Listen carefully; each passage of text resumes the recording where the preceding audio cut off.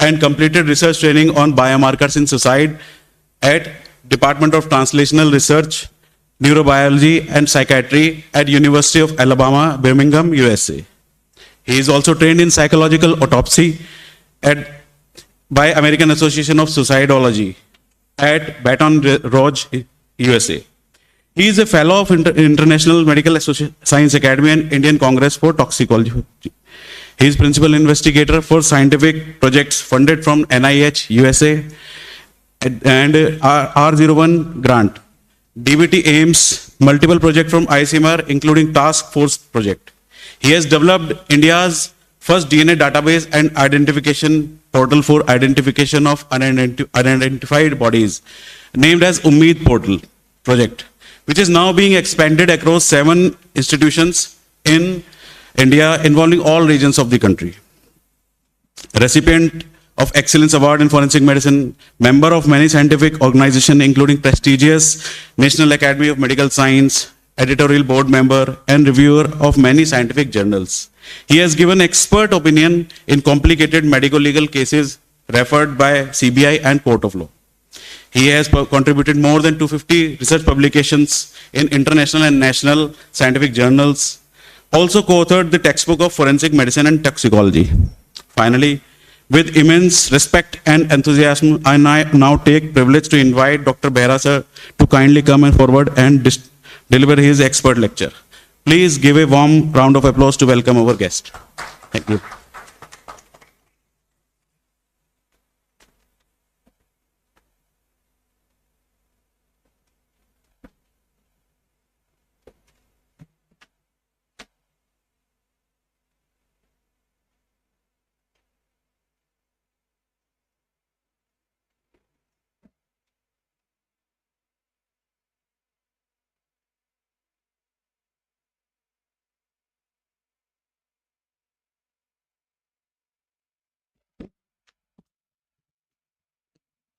Good morning to all of you. Thanks, Dr. Abhishek, for the introduction, and thanks, Professor Bhim Singh, for inviting me for this lecture here. I'm privileged, and thanks to all of you for inviting me. So, Dr. Bhim Singh told me that because I'm working in especially molecular biology that is relevant to the forensic medicine,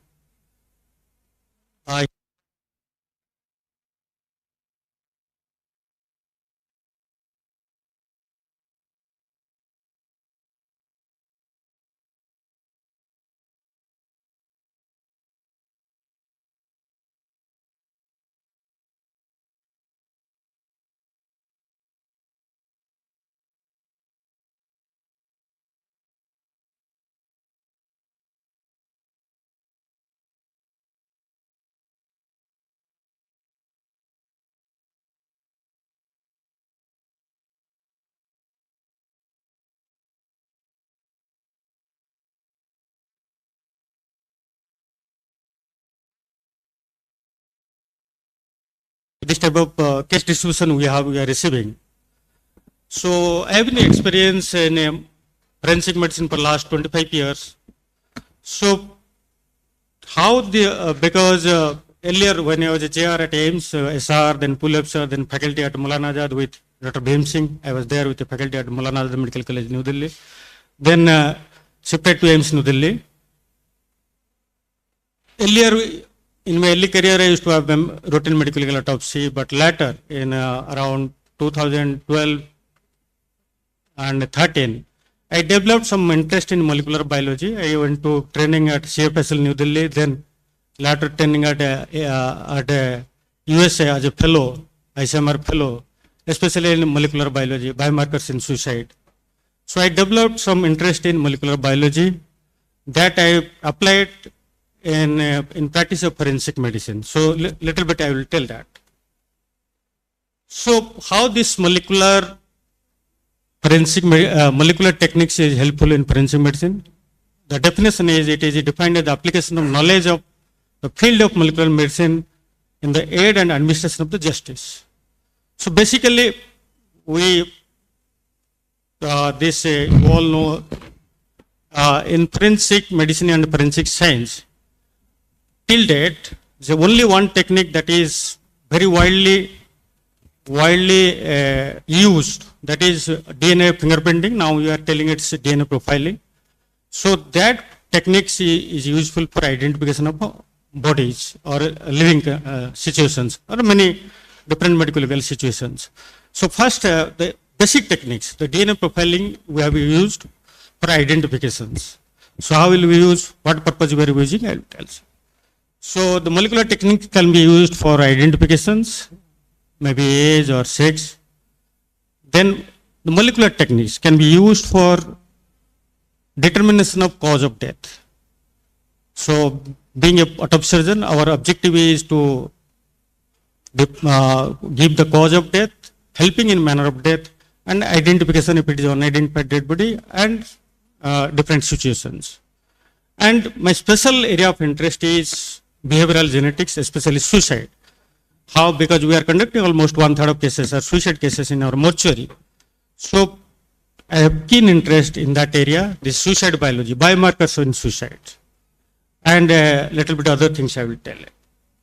So identification of unidentified dead bodies and missing persons, because we are getting almost 150 to 200 unidentified dead body in our mortuary. So apart from this, autopsy and anthropological examination, we conduct this DNA profiling of unidentified dead bodies.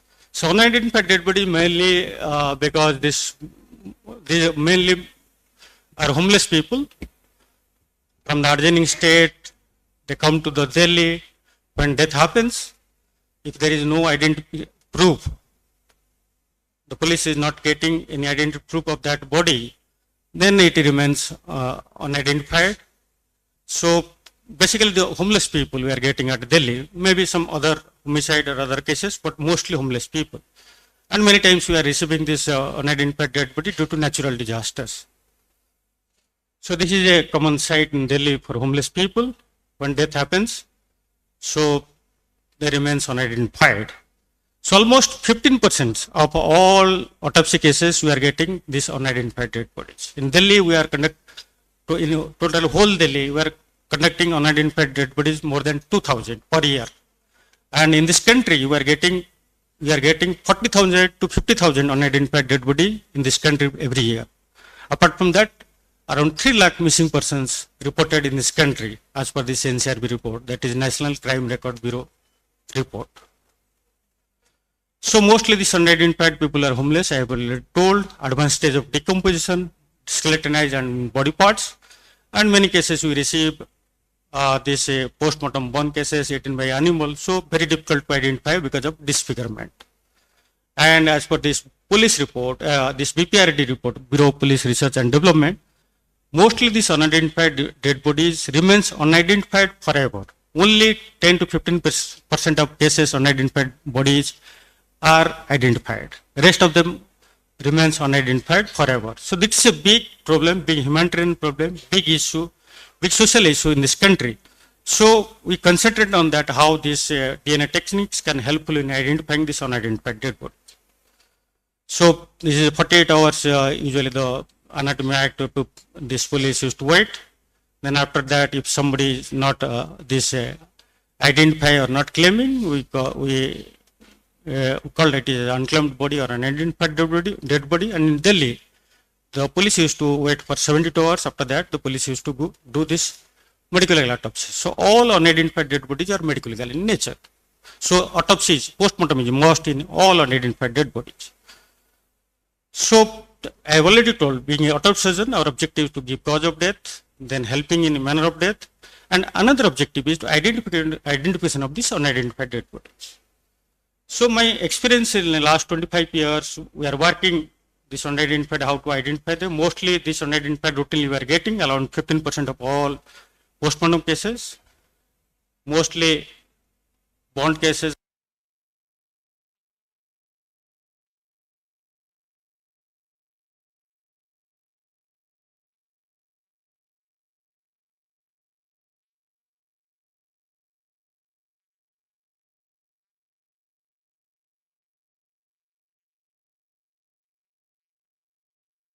like CBI.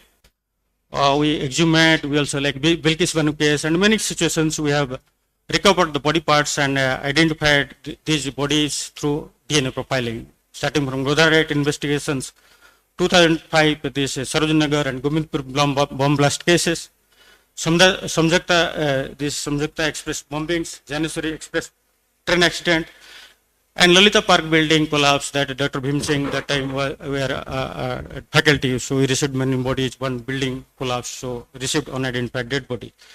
And 2015 BSF plane crash, and recently in 2023, 10 accident happened in Baleswan in Odisha, 290 bodies we recovered. Out of them, 91 bodies remains unidentified. So on the basis of DNA profiling, we identified still, but 28 bodies remains unidentified till date. But out of 91, maximum 2/3 cases we have identified on the basis of DNA profiling. So these are some photographs of these cases. So in Bilkis Banu, right, this is good post-brother right in investigations. These are some Baleswar train accidents. So these are few cases. Especially I have, being a forensic expert, I am involved in the CBI team. I was, because in Nithari village in Noida. So we recovered around body parts and skeletons of 18 bodies from the Nala in that Nithari village. That is infamous case, that Nithari case. So by doing this anthropological examination, then later we have conducted this DNA profiling. So 8 bodies we identified out of 18, but on the basis of that 8 bodies in Ghaziabad court, so prosecutions happen, still there is some cases going on, but this is a challenging case for us. I am involved in that. So we used to identify these unidentified body parts in that Nithari case. You know, Nithari case, there is a rape and murder of children around from the age group of 5 to 24. So many children were raped and murdered by this person, Surendra Kohli. So that is infamous case, Nithari case. So we have been publishing all these cases from 2001 to till date, this problem of unidentified dead bodies. So first we've tried for this how this unidentified bodies can be identified through this Aadhaar card based identification system, but it is not technically possible. People went to High Court, Supreme Court, but it's not technically possible. So we go for DNA profiling.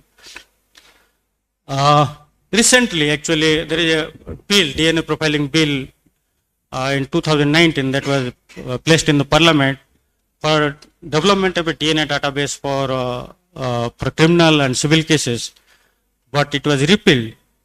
But the Supreme Court is asked the states, now it is a consideration of all states, that you repealed this bill, but why you are not developing a database of unidentified dead bodies and missing persons in this country?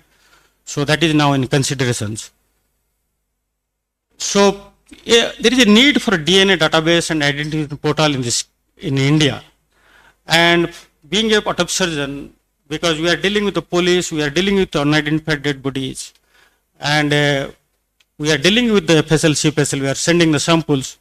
So why not this DNA database in coordination with the autopsy surgeon and in coordination with the forensic lab in this country cannot be, why cannot it cannot be developed? So with that objectives, we have started this Umid project. I will tell what is that project actually. So autopsy surgeon can coordinate and can develop a DNA database that can help in identification of unidentified dead bodies and missing persons, identification of missing persons in this country. So DNA fingerprint, it's a, it's an established technique discovered by this Alex Jabri, Sarah Jabri in UK. So it is basically we see this non-coding region of DNA, how it is characteristics of a person, and that comes from 50% from the father, 50% from the mother, and is transmitted to children from father to children 50%, from mother to children 50%. So it's this tandem repeat, short tandem repeat of a particular loci of non-coding region of DNA we see, and the characteristic pattern, on the basis of that characteristic pattern, we used to identify that person. So that is the basics of DNA profiling. So used to do this different types of DNA profiling, like STR, it's commonest use, short tandem repeat at particular loci, how this nucleotide pattern like ATGC, any nucleotide pattern, how frequently it is repeated on that particular loci we see. And that particular repetition at the particular loci is characteristic, polymorphic. So on that basis, this DNA profiling techniques works. Y-STR profiling we used to see for paternal lineage, like STR profiling, autosomal STR profiling used for identification, but this Y-STR and mitochondrial profiling we use for lineage. Like mitochondrial DNA profiling, we see maternal lineage, and Y-STR we are using for paternal lineage. And many times when there is a challenge sample, we use, usually nowadays we are seeing this 27 STR, loci STR. Usually this kit we are using, it is giving 27 STR, loci STR we are seeing. But many times due to challenge sample, we are unable to see 27 loci. So many times we can use 9 STR, 9 loci STR for identifications, that is mini STR. So you know 50% from father, 50% mother, children it goes 50%. But when the claimant or other person, if you compare the DNA profiling, how it is related, then with the distant relative it will be, the percentage, probability of matching will be less. Like this is the diagram we can see. So, but in DNA profiling, you use one-to-one matching, like, but a DNA database, suppose you have 1,000 DNA profiling and you want to match with some other person. So we search from the DNA database, and if it is there, it is linking, matching with some profile, then you can, it is more robust. So DNA database, on, rather than one-to-one matching, the DNA database is more significant. So in this country, India has not any national DNA database till date. But in Western countries, they have a DNA database of criminals, DNA database of unidentified persons, because they use very frequently for criminal cases, also for identification of unidentified dead bodies as a civil cause. But India does not have this, till date, does not have this national DNA database. So we have, as a task force project in ICMR, I am the principal investigator of this project. So we started in 2019, this UMID project. UMID means U-M-I-D. And in Hindi, it's UMID means hope. Hope for identification of unidentified dead bodies and missing persons in India. So UMID project we have started as a task force project from supported by the ICMR. We started this project, and we developed this project. You can see it. You can see this also. It's internet connected, or I can show live also. What this live this.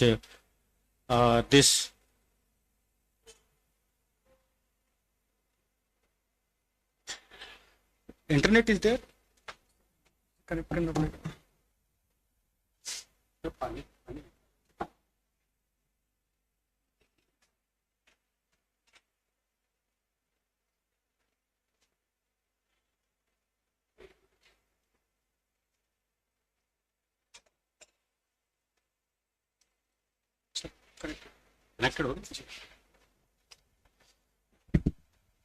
बड़ा कर ले. So this is like a UMID project. What we have done, suppose some unidentified dead bodies coming to the mortuary.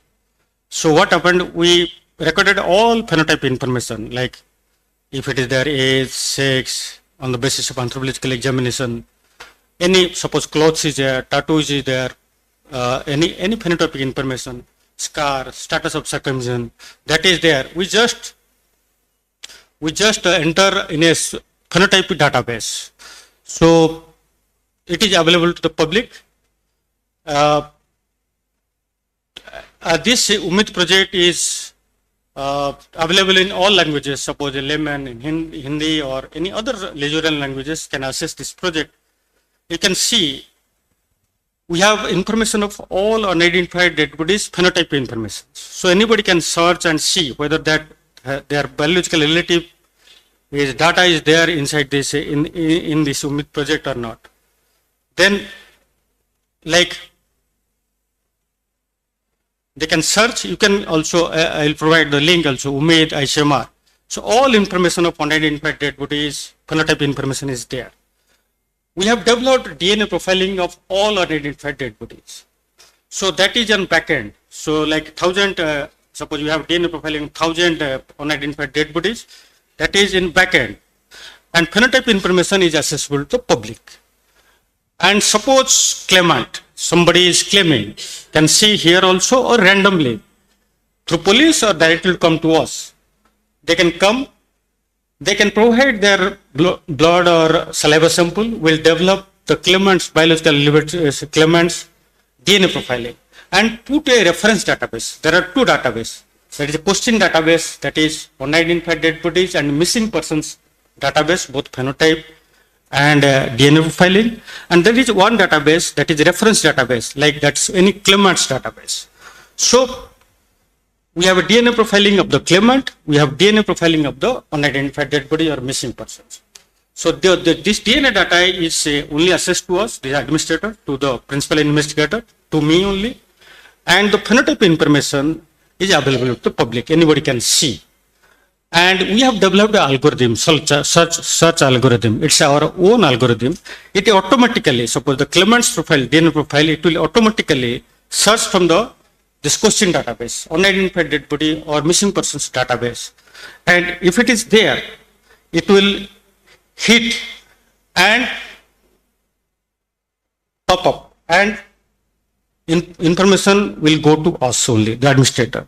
So we will inform to the postmortem center, we will inform then to the police, and the police on the basis of this DNA profiling and other circumstantial evidence will confirm that this claimant is actually a biological relative, this unidentified dead body and missing persons. So that way it is helping this UMID project. So all information it is there, forms, how to proceed, everything, it's live, you can see. So what happens, we started from for the south and southeast district of Delhi started, but now we have expanded to 7 centers, and within next few months we are expanding to the another 14 centers in this country, contributing like from in the north, AIIMS Rishikesh, Maulana Medical College Delhi, in the west, AIIMS Jodhpur, in center, AIIMS Bhopal, then in east, AIIMS Bhubaneswar, and in south, Jaipur, Pondicherry. Then we are expanding all AIIMS in this country, then AFMC Pune. So AFMC Pune is also in this project, they will try to do this DNA profiling of all serving persons, armed forces. So it will be, that database will be part of this project only. And in Ceylon, in the northeast. And in future, recently, just 2 days back, we have talked with the Delhi police. They are keen to develop DNA database. They will merge, they will keep all centers of the postmortem centers in Delhi will be under this project. So autopsy in Delhi, all unidentified dead bodies and missing persons will be integrated with this project, this UMID project. We have talked 2 days back with the Delhi police. So Delhi police will be the first state will develop totally for the unidentified dead body and missing persons in this country. So we'll back, sorry, escape karo usko, main dekh raha hu. So you can go through this website, you can see. So this is the first DNA database, officially, scientifically, it is the first DNA database in this country, India, this UMID. So developed by, I am the principal investigator in this project. So this is the first DNA database. So it was widely circulated in the newspaper, even the front page of Times of India. So how this UMID project is working. Just recently, I think on October 25th, we have published also in Indian Express. By seeing that only this Delhi police, they came to us to include all postmortem centers under this project. So we'll working on that. So we have started in 2019, now in 2025, already we have like started with 1 center, then 7 center, then additional 14 center, total 21 center. Now we are including all postmortem centers in Delhi. Also we are planning to expand as a national database in this country. All centers, postmortem centers in this country, along with will involve FSL, CFSL in this country for a holistic national DNA database. So this is the project. So basically, apart from this DNA database identification, we have some other objectives in this project also. Like from genotype to geolocation, we have a project going on. On the basis of STR profile, we can locate the persons where the person belongs to in this country. So that research is also going on from genotype to geolocation. So basically, question data, as I have told, this at autopsy we are collecting apart from the phenotype information that is uploaded in the DNA database. We are also getting this DNA profiling from the unidentified dead body after getting informed consent from the investigating officer. So we are developing DNA data and uploading it in the website, UMID website, but that data is very secure data. We have separated it for that data. And the reference database, it's a claimant database, the biological relatives database. So we are also taking this saliva and blood sample to develop DNA profile of the reference database.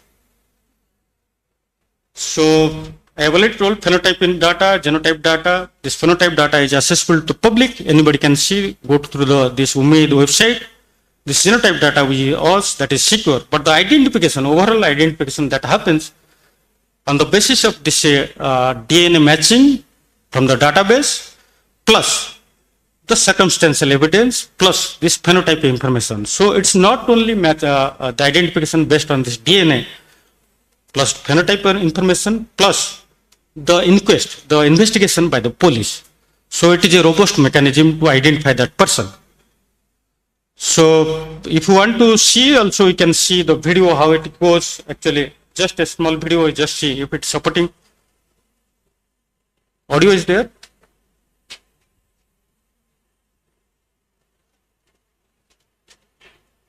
It's working.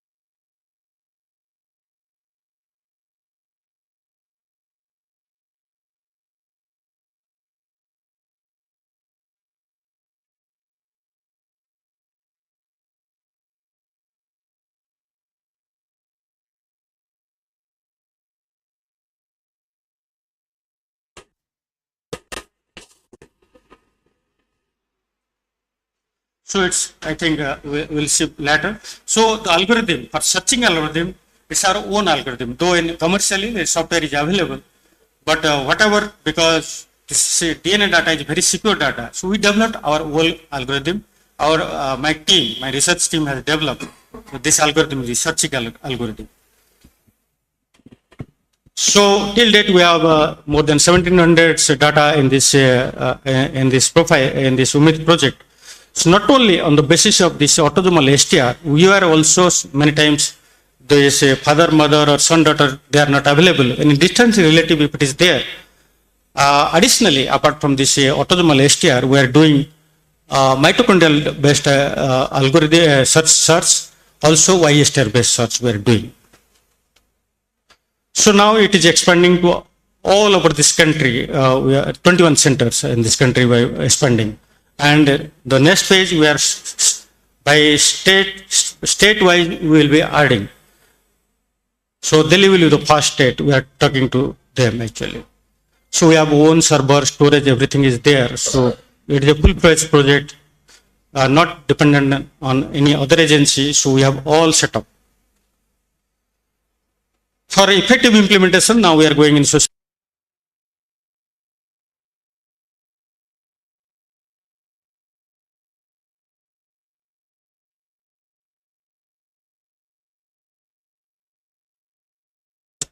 on most frequent genotypes and some combinational approach. So from the genotype, from the STR's profile, how it can be used to locate that person. Suppose some unknown body is recovered in Delhi, because to Delhi, people are coming from all parts of this country. From all parts of the country, people are coming to the Delhi. Whether on the basis of this STR profile, it can give some idea whether this person is belong to the Odisha or from the Tamil Nadu, that we are working, and we are getting encouraging results. So another research area, so far as DNA profiling is concerned, they say DNA phenotyping, but still it's under research mode only. We are not able to apply till date. Though some US labs, they are telling that we are solving this problem by, on the basis of this DNA, we can predict the phenotype of a person. So from the skin color to the hair color, iris color, some bony prominence features, we can predict the from the genotype to the phenotype, like how a person can look by analyzing the DNA. But some US lab, they are doing, in one CBI case, we have sent the sample to the USA, some case in Uttarakhand, but whatever they projected, the phenotype projected, it has not solved our case actually, one CBI case. So still it's in a research mode. So we are also trying to do some research because whatever the data in Western country from genotype to phenotype, that may not be applicable to Indian subjects. So we are trying for that research, but it's too costly. So in forensic medicine, actually, to generate money, it's also many times difficult. So, but we will still trying for that. Other applications, apart from this identification, there are many applications. Routinely, we are doing maternity paternity test, and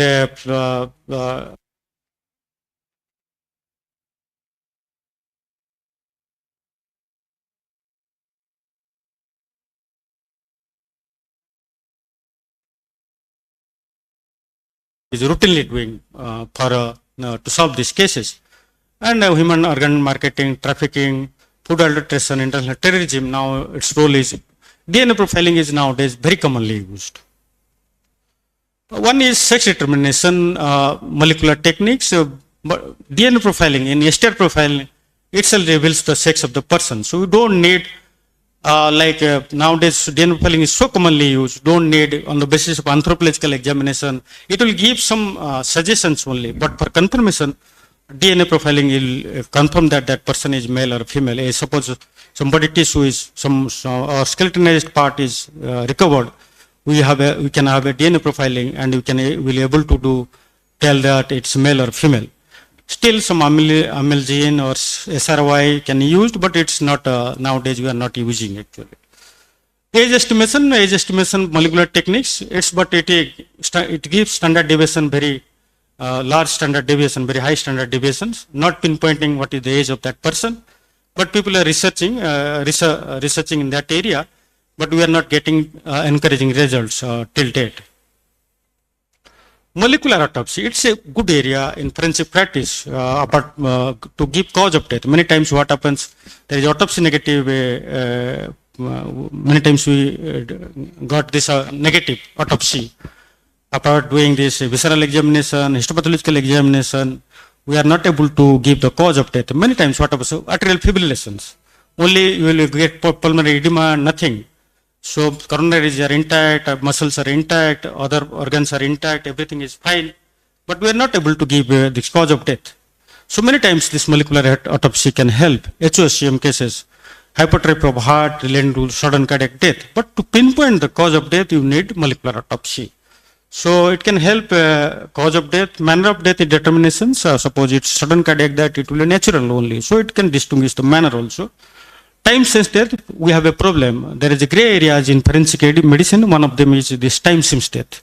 We are unable to tell time since death, approximately exact time since death, but it can help. People are doing some research. Survival time of this person, the age of the wound can be helpful. can be helped by these molecular techniques also. People are doing research also. Some areas, some genes are involved like HCM, dilated cardiomyopathy, this arrhythmogenic right ventricular hypertrophy, particularly some genes, the standard genes. People are doing genome-wide association also to find out, pinpoint what gene is responsible for that sudden cardiac death. But till date, some few genes they have found that these genes are particularly helpful, particularly in arrhythmias, to know the cause of death. Particularly the screening of genes like KCNQ1, HERG, SCN5A, RYR2. These genes are, if you do as a candidate approach screening of this on autopsy, you will to able to identify sudden deaths up to 35% cases. So that is the finding. But in fetal autopsy, many times we are doing this molecular autopsy also to know the any genetic abnormality. So that can be solved by doing this while doing this fetal autopsy. If you use molecular techniques, it can helpful in identify the cause of death. So times postmortem based this DNA on the basis of DNA degradation, RNA degradation, protein degradation, people are studying, but are not getting any encouraging results. Survival age of the wound can be people are exploring, but we are practically we are not using. We have taken multiple projects as a principal investigator, co-principal investigator in sudden cardiac death relating to the particular gene. We are studying also some candidate approach, some genome-wide approach. PPS students are there also doing in the area research in this area. That is there. These are some projects we have taken. My particularly area of interest is this behavioral genetics, especially the suicide, because almost 1/3 cases in our mortuary are suicide cases. So behavioral genetics, how suicide or homicide, if you can research on some molecular aspects of this suicide, we can develop some biomarkers that can predict the future suicide. So that is the particular area of interest, my area of interest. So suicide behavioral studies, so that I am doing. Suicide, I don't have. So any restriction in the time? If I can go a little bit detail, because my area of research is suicide biology, especially biomarkers in suicide. Suicide research mostly psychiatric driven research till date. But unless until you will not study, on the actual suicide, because till date there is one for future suicide, the suicide attempt is the best marker. But mostly the suicide research is by the either psychiatric, clinical psychologist, but they are not doing research on actual suicide cases. So who are dealing with actual suicide cases? These forensic medicine people, because all suicide cases are medical legal in nature in this country, they are conducting the autopsy. They are accessible to the everything like information regarding the suicide incident from the police, suicide note, everything is accessible to them. The cause, the probable reason for the suicide, and actual autopsy methods, whatever, that is accessible to only this forensic medicine expert. That is not accessible to any psychiatrist or clinical psychologist. Basically, the psychiatrists, they are doing research in suicide attempt and ideation cases. But suppose somebody is ideation, almost I think in population, almost 80% population having some sort of suicidal ideation in their lifetime. But that does not lead to a suicide. Attempt also only for whosoever attempted suicide once in a lifetime only went for actual suicide in 40% of cases. So that is the problem. When some data we are generating from the suicide attempt or ideation cases, that is not the actual data. You cannot, on the basis of that data or research, you cannot say that suicide, you cannot develop a biomarker for suicide prediction. So I think in the year 2015, I went to USA for some conference, a suicide conference at New York. So I just talked there, because here suicide, in Western country there is a notion that all suicide cases, mostly in the background there will be some depression or some psychiatric disorders. But here in this country, we see in our mortuary, one 12-year child, there's just the mother snatched away the phone because she was seeing, and the next hour he went to the his room and just hanged. So it's mostly we are seeing here impulsive. It's not the mental illness, chronic mental illness like depression or any psychiatric disorder. Many times we are reporting impulsive suicide. So our research should be like in taking into all these things like impulsive suicide is there. Not only a psychiatric illness is the reason for the suicide. So I talked to few people there. So I'm the only forensic medicine expert that in that conference actually. So I have told that we are doing such type of autopsy cases. So they don't believe actually. So, but the interaction happens. So in 2017, I went to USA for a fellowship as a biomarkers of suicide from ICMR. ICMR sent to for fellowship in biomarkers of suicide. So I learned techniques that how this we can do some research on suicide. So gradually we developed. Now we have a team of psychiatrists, clinical psychologists, molecular experts, clinical pharmacologists, neurobiologists, everywhere. And forensic medicine I am leading there at AIIMS New Delhi for a suicide research, mostly on biological aspects of suicide. So we have a team who are doing that. So these are some terms in suicide research that is used. Suicide means completed suicide, but suicide ideation, attempt, and suicide later means considering all this attempt, ideation, and suicide. So around 8 million, around 0.8 million people die by suicide all over the world. India is the hub for the suicide. We are catering the maximum number of suicide in the world. Being the most populous country, also we are catering the most number of suicide in the world. So it's a complex phenomenon, but we are just concentrating the biological aspect of the suicide, that are economical, financial, family problem. So many reasons for suicide, but we are concentrating research on biological aspects. So basically there are many theories. This HP axis, hypothalamic pituitary adrenal axis, there is a problem in for suicide theory. So people are telling some distal predisposing causes, developmental mediating phases, and just before suicide, some precipitating causes. So like some child abuse happens at earlyhood, that may relate to suicide in latter part of their life. So there are many theories for suicide, why people do suicide. So that is there. Mostly Western country, it's a psychiatric driven research, but here we have some other problem. So basically this HP axis is involved. So basically we are dealing with genetics, epigenetic and multi-omics approach. Along with this, all psychosocial aspects of these suicide cases, we are taking all suicide cases.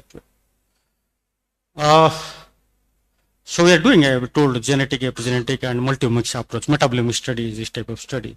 So mostly the suicide research in this country, mostly we report this epidemiological data. Epidemiological data, age, sex, children, elderly, students, this type of data in this country is available. But, or maybe some theories like how to prevent suicide. But actually,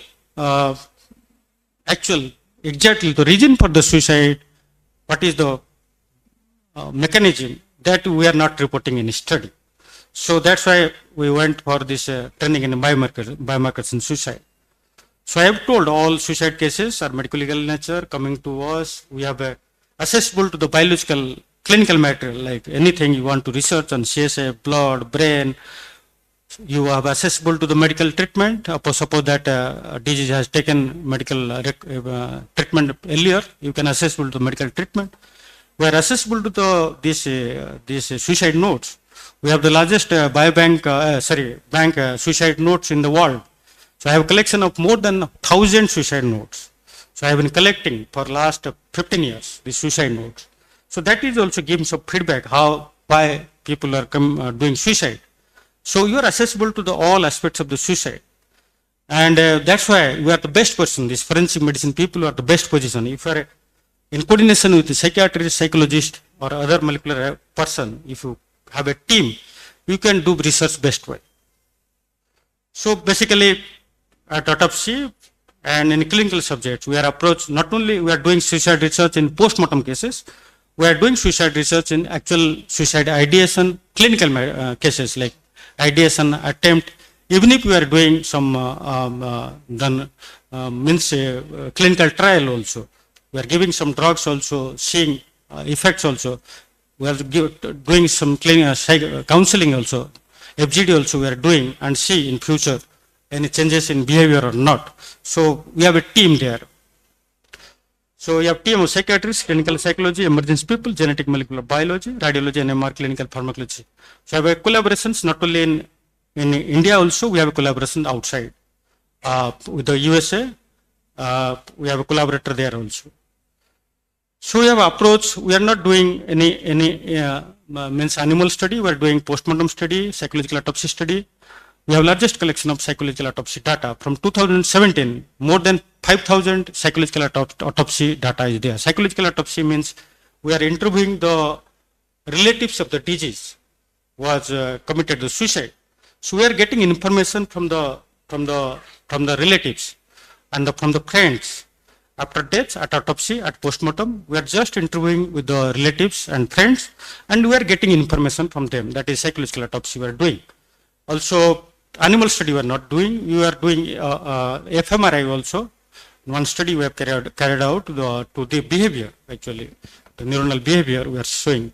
And we have some projects like social media, how social media is affecting nowadays the suicide. People are searching methods, searching everything before committing suicide. They are into the social media. So what social media is influencing the decision also we are studying.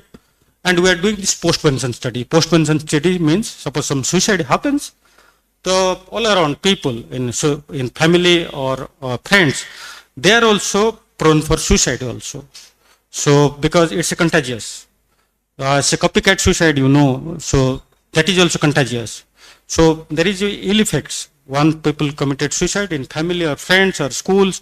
Suppose in school somebody has committed suicide, all children will be affected. So how they are affecting, that post-pension study also we are conducting. So suicide research I have done fellowship in USA. We see he is my Professor Yogesh Devaji, he is a molecular biologist, my mentor. So we are basically learned genetic, epigenetic and other multi-omic study. So this type of study we have, because from forensic medicine there is actually we are, because we are primarily doing post-mortem histopathology or this type of, but to know extra you need some training. So that I have done. So psychological autopsy I have we are doing from 2017, more than 5,000 data we have. Then we are doing some epidemiological study like age, sex, method, seasonal variation, student suicide, many aspects, elderly group, this type of story, suicide in pregnancy, COVID published in Lancet also. This COVID, how it is affecting the suicide. So that we have done also. So some increasing trend, it was observed in 2020 because of this COVID effects. Some surge in suicide cases reported. So I have studied that and published in Lancet also. So these are few publications. Suicide note, I have told you, largest collection of suicide note in the world. So you get different types of suicide, handwritten to e-suicide note. I termed the coin e-suicide note, means nowadays people are sending suicide note in electronic format, like in WhatsApp, status, Facebook, Insta, many things. Nowadays people are not writing suicide note. People are writing in social media. So any suicide cases that is reported at AIIMS mortuary, we tell the police to search for his or her social media and see the status, the messages. So many times you are getting. So it is now in an increasing trend, this e-suicide. So expressive audio, video, any electronic format. So that we are not going, people are writing in hand, in paper, many things that of suicide cases we are reporting. So molecular research basically approach our two approaches. One is candidate approach, one is this genome ID approach we are doing. So candidate approach, we are basically in the area of, we are linking inflammation with that of suicide. If you have a fever, you will feel low. That is some inflammatory process going in your body. That's why you are feeling low. So that is relating to some behavior, psychological behavior. So people we are exploring that area, this inflammation and suicide. So we are studying this interleukins, genes, and pathway. So that we are relating, and genome study, case control. Basically, one group is a suicide group, another group is a non-suicidal death group. In postmortem, also in clinical subject, one is suicide attempt or ideation group with healthy subjects. So every study is almost case control group. So we are doing also NGS. We have project from the DBT. I am the principal investigator. So we are doing NGS also. It is too costly, but we are trying for that. So we have published people, not only forensic journal and other.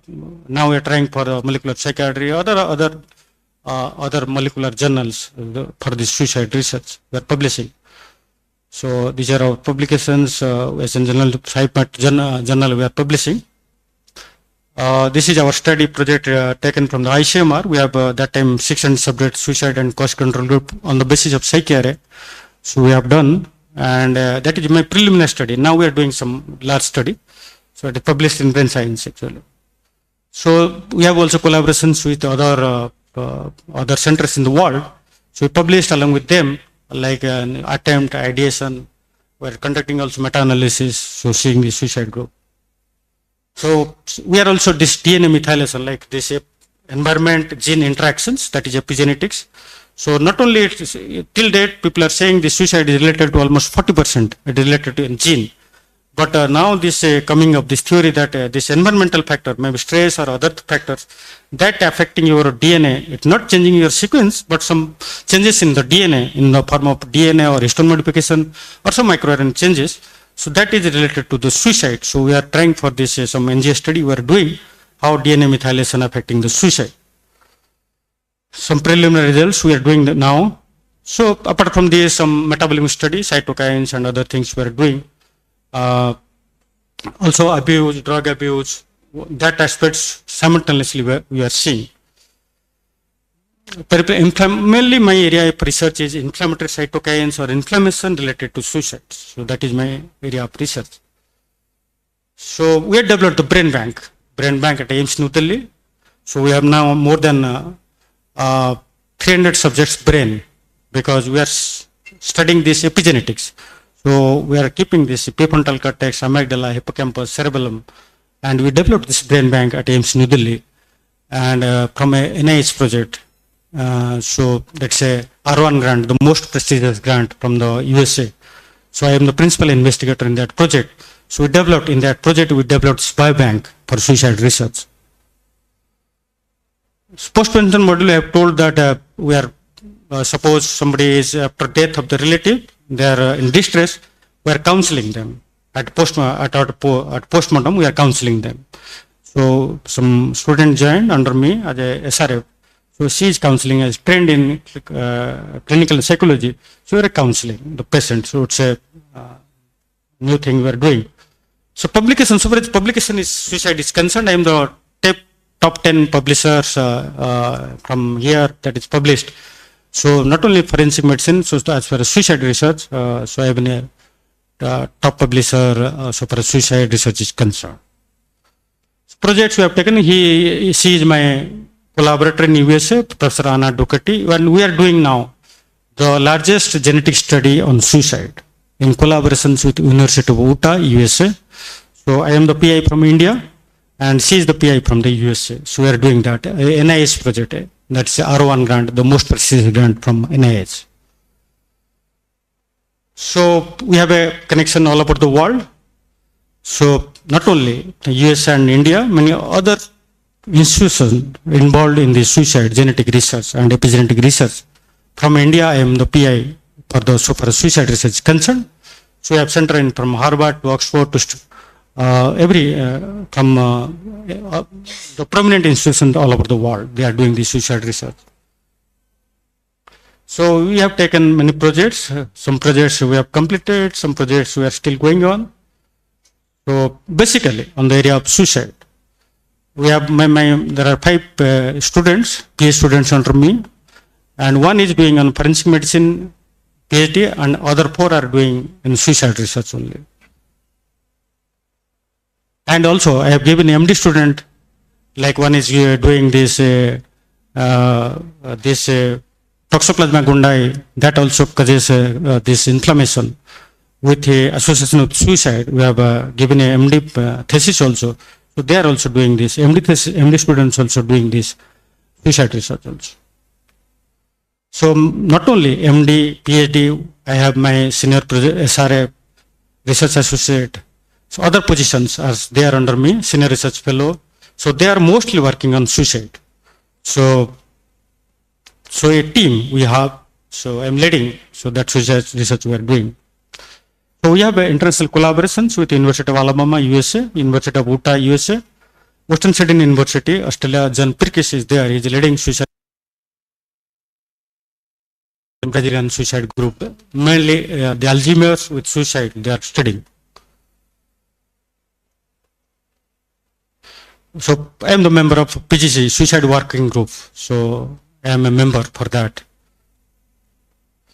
So for last 10 years, I have been attending all suicide conference, IFSC, American Foundation for Suicide Research, International Association for Suicide Prevention, International Association for Suicide Research, European Symposium for Suicide Research. So 2 to 3 conferences I have been attending every year on suicide, actually, suicide research. So criminal behavior, it is a research on suicide behavior. Also, suppose some sexual assault accused. So some study, molecular study, how behavior, or there is genetic link with that criminal behavior, or some epigenetic link with that criminal behavior can be explored, but I am not doing. I am doing only suicide research. Thank you. Any questions?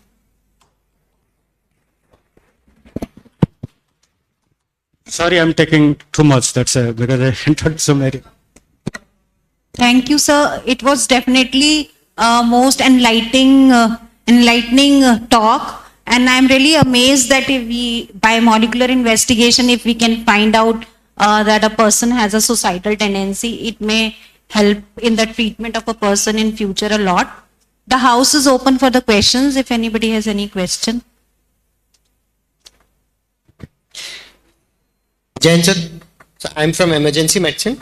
There are a couple of questions, some related to your topic and some which are not related. So first question is, so you have already established that there is no DNA records available in the country.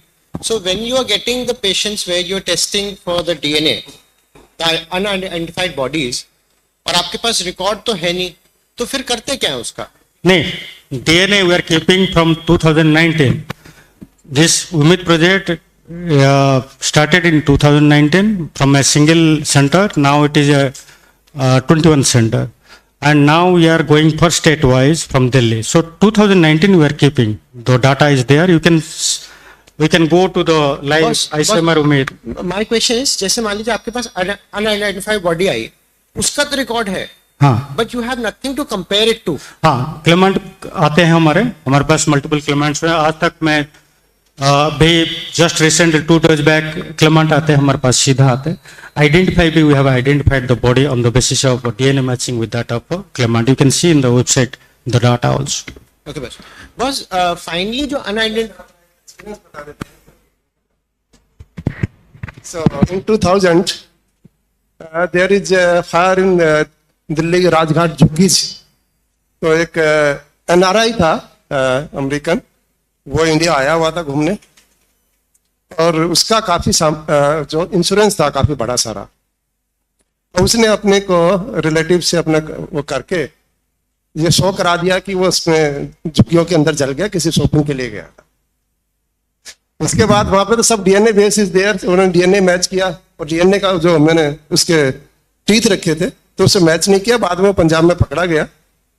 और एक और case था मेरे को जो याद है, एक लड़की थी और उसके रिलेटिव्स ने उसे आइडेंटिफाई कर दिया कि वो घर से किसी के साथ इलॉप होकर चली गई थी.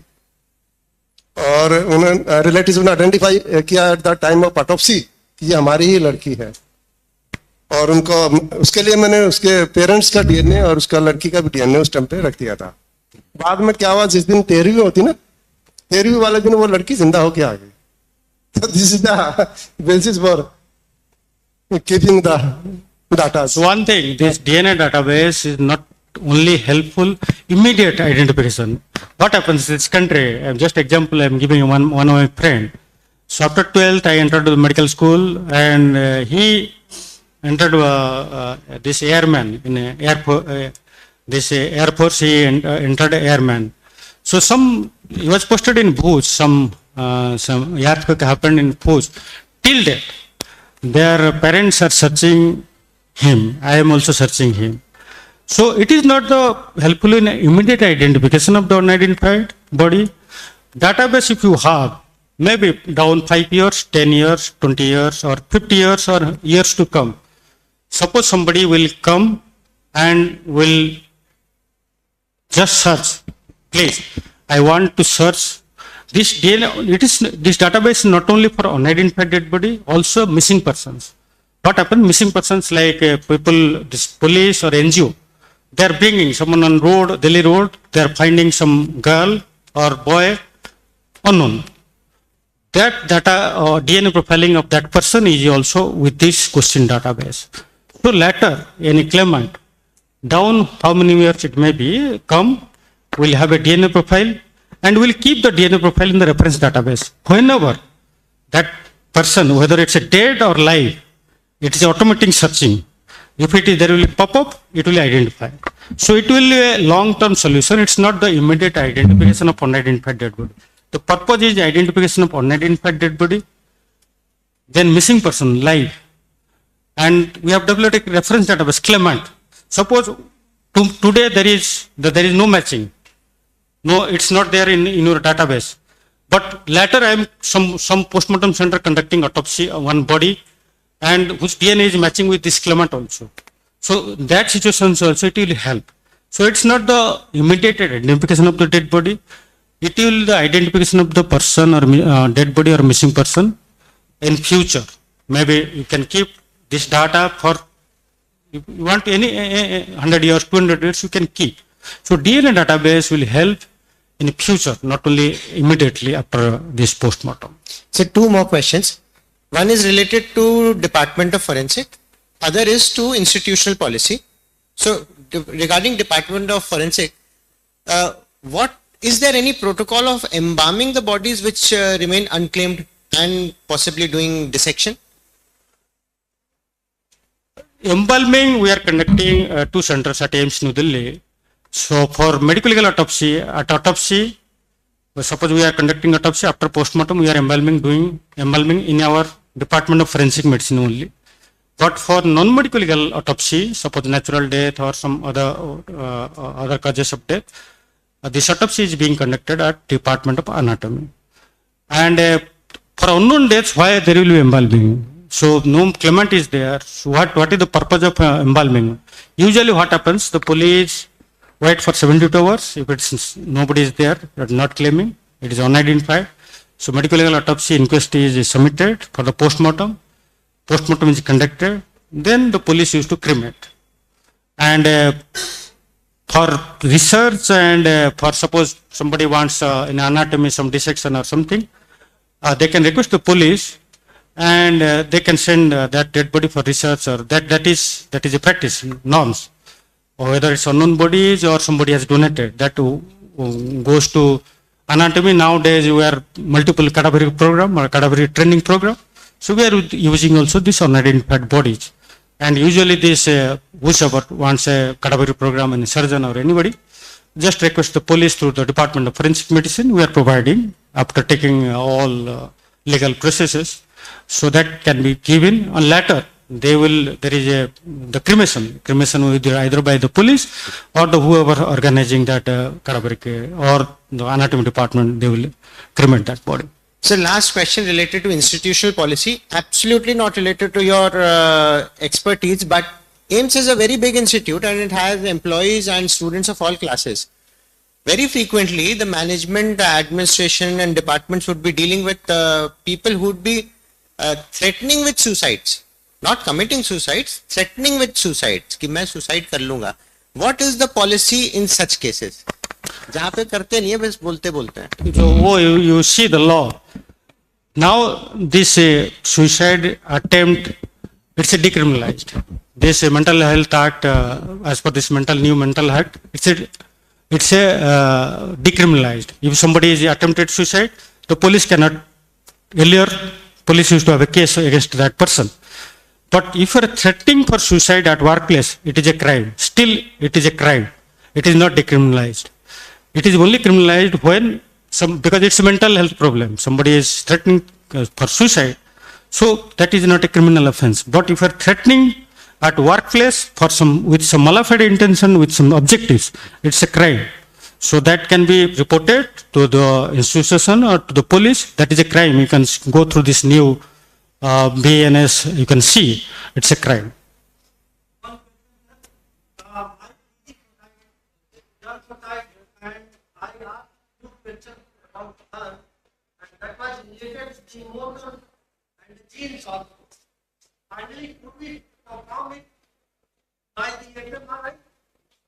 FMRI, we do see the behavioral study. If you are some behavioring and brain, you do FMRI, you see the behavioral study in living. FMRI study is not done in the postmortem study. It's a behavioral study by using this functional MRI and whatever the ideation and whatever if you got some questions or something you ask, it's a need to for FMRI. It's used for this behavioral study. So what you exactly were asking? She has committed suicide.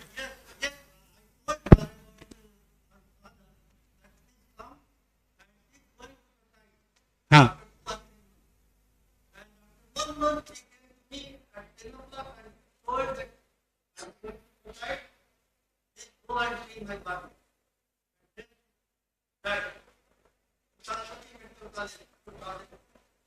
So she has been consulted some psychiatrist, psychologist or no?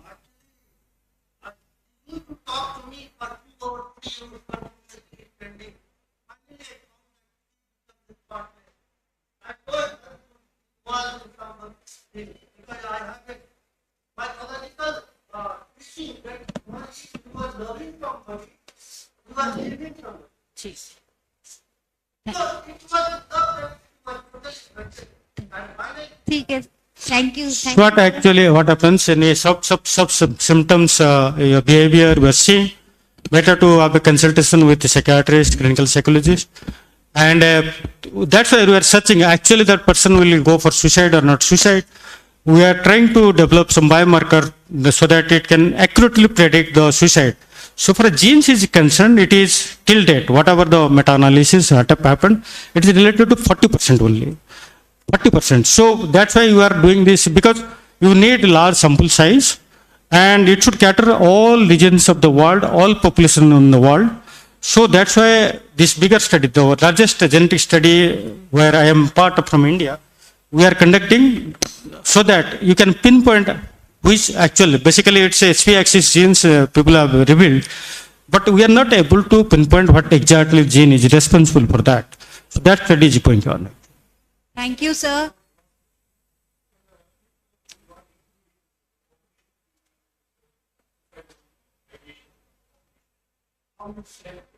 How you select them in the society?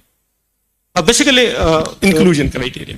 inclusion, basically it's a hospital based study. So people are coming with the OPD or emergency, either OPD with suicidal ideation or suicide attempt or emergency medicine.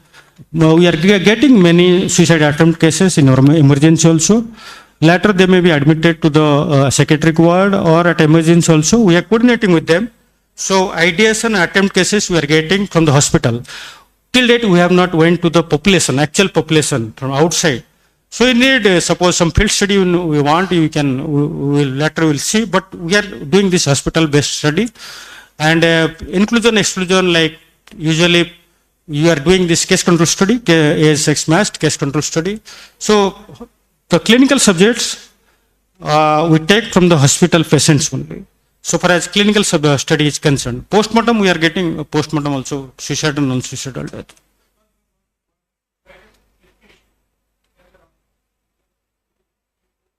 Suicide, I am telling, suicide study, you can have a people with suicide ideation, you can study on them. Ideation means thought, behavior coming repeatedly with some mind of some person. Ideation, there is a criteria to diagnose suicide ideation and attempt.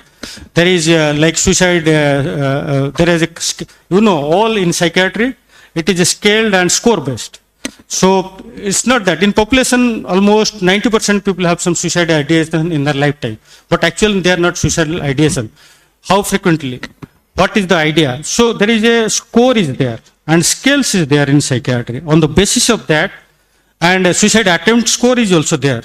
So on the basis of that, we used to diagnose. Not on the basis of somebody will have ideation and will tell you are suicidal. That is not the issue. It's based on some scores and scales. So that you are using. We have many, in psychiatry only. It is diagnosed on the basis of scales and scores only. Thank you, sir. Thank you so much. A big round of applause for sir.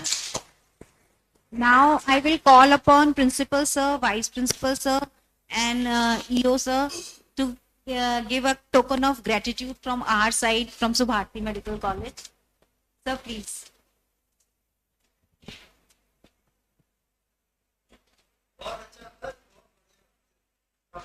Thank you, all of you. Thank you so much. Thank you so much. Sir. Sir, we are trying, that's all.